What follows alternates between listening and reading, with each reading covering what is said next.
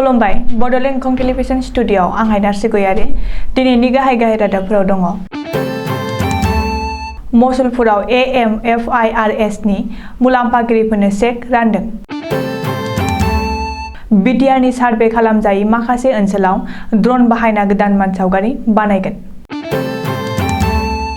आसामाव 2018 मायथाइनिफ्राय दासिम 29,936 लामा जाब्रबथाय 11,552 सुबुंनि जिउ खहा।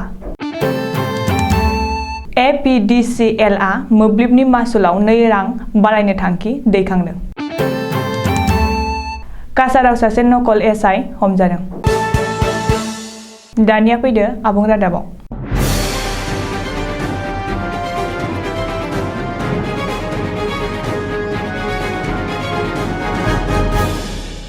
मंगलबारखालि काजलगावआव AMFIRS नि मुलाम्फागिरिफोरनो 25,000 रांनि चेक राननायनि उनाव दिनै बाक्सा जिल्लानि मुलाम्फागिरिफोरनो चेक रानदों। बाक्सा जिल्लानि सदर मसलपुराव थानाय मसलपुर HS फरायसालिनि गेलेग्रा फोथाराव सानसेनि मेहेरगोनां हाबाफारि खुंनायनि गेजेरजों दिनै बाक्सा जिल्लानि माइक्र' फाइनेन्सनि लन लाग्रा आइजोफोरनो एबा AMFIRS नि मुलाम्फागिरिफोरनो चेक राननाय जायो।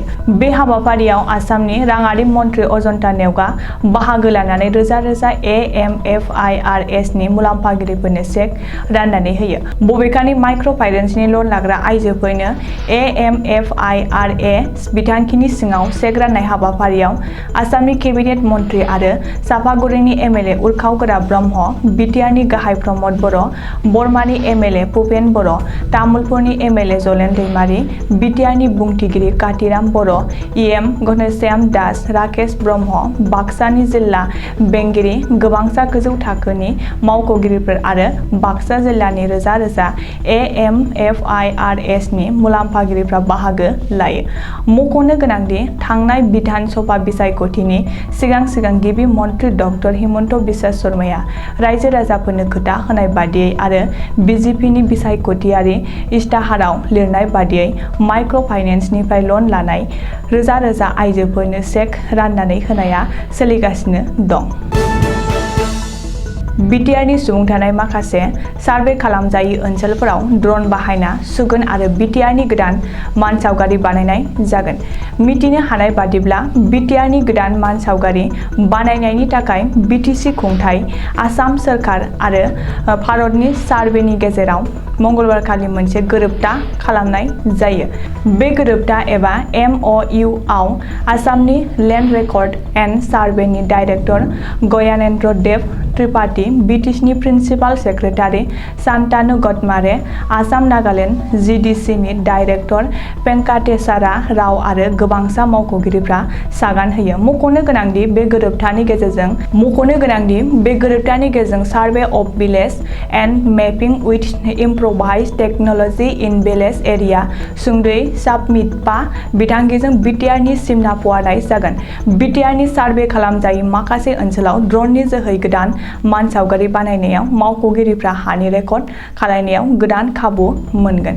बबेखानि बे आदबनि जोहै हानि बिगोमाखौ रोखायै सिनायथिनायनि मोनसे बेसेन गोसा आगान जागोन होननानै आसामनि चिफ सेक्रेटारि जिसु बरुवाया बुंदों।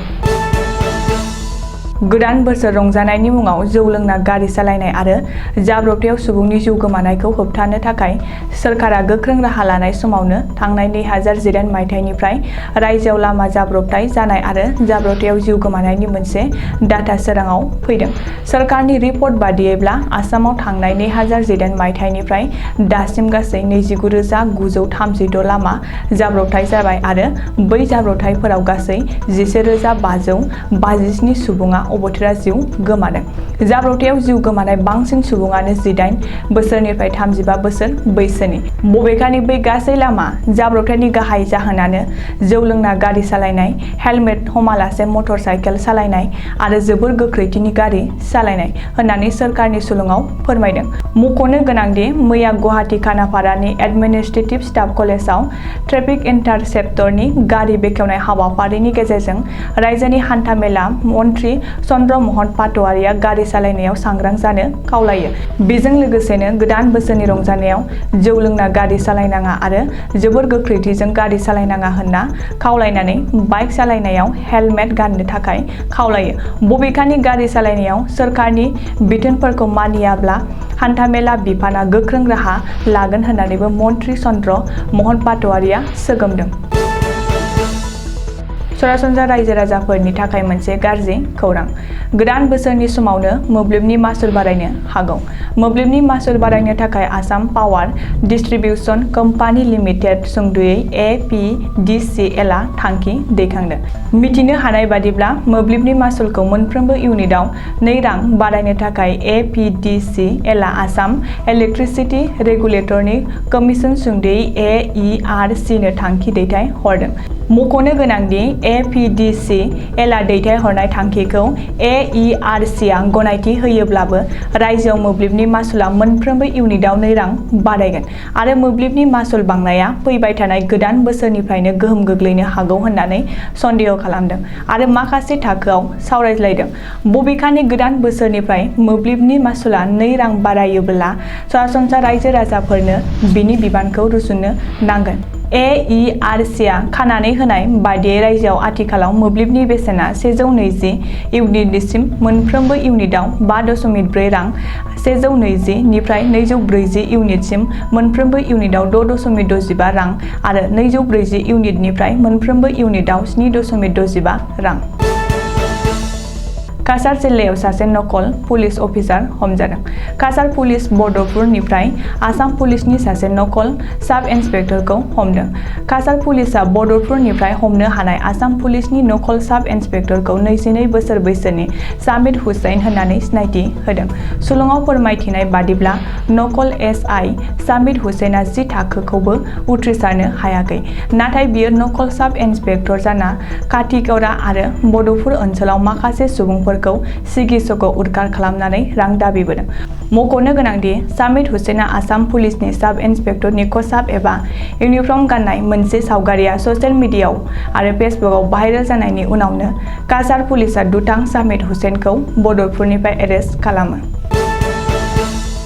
दिनैनि रादाबा एसेनोसै। गोजोन्थों।